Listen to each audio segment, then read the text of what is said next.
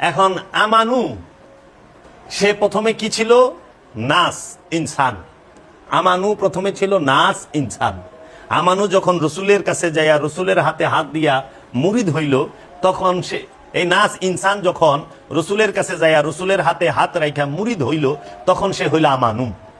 তার মানুষের একটা উন্নত স্তর হইল আমানু। সে মানে আপনি শিশু, এখন আপনার পড়াশোনার বয়স হয়েছে মাত্র, আপনি যাইয়া স্কুলে ভর্তি হইলেন। স্কুলে ভর্তি হওয়ার সাথে সাথে আপনার নাম হইল ছাত্র অথবা ছাত্রী। যে পর্যন্ত আপনি স্কুলে ভর্তি হন না, এই পর্যন্ত আপনি ছাত্রও না, ছাত্রীও না। ঠিক যখন আপনি রসুলের কাছে যাইয়া মুরিদ হইলেন, রসুলের কাছে যা বায়াত হইলেন, তখন আপনি হইলেন রসুলের কাছে আমানু, রসুলের ছাত্র, পীরের ছাত্র, মুর্শিদের ছাত্র। এখন ছাত্র কি করবে? শিক্ষা গ্রহণ করবে।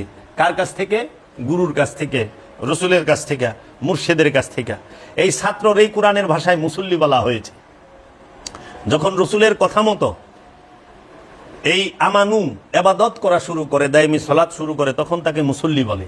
যখন সে যাকাত দেওয়া শুরু করে, তখন সে মুসল্লি বলে। যখন সে হজ করে, তখন সে মুসল্লি। যখন সে কুরবানি করে, তখন সে মুসল্লি।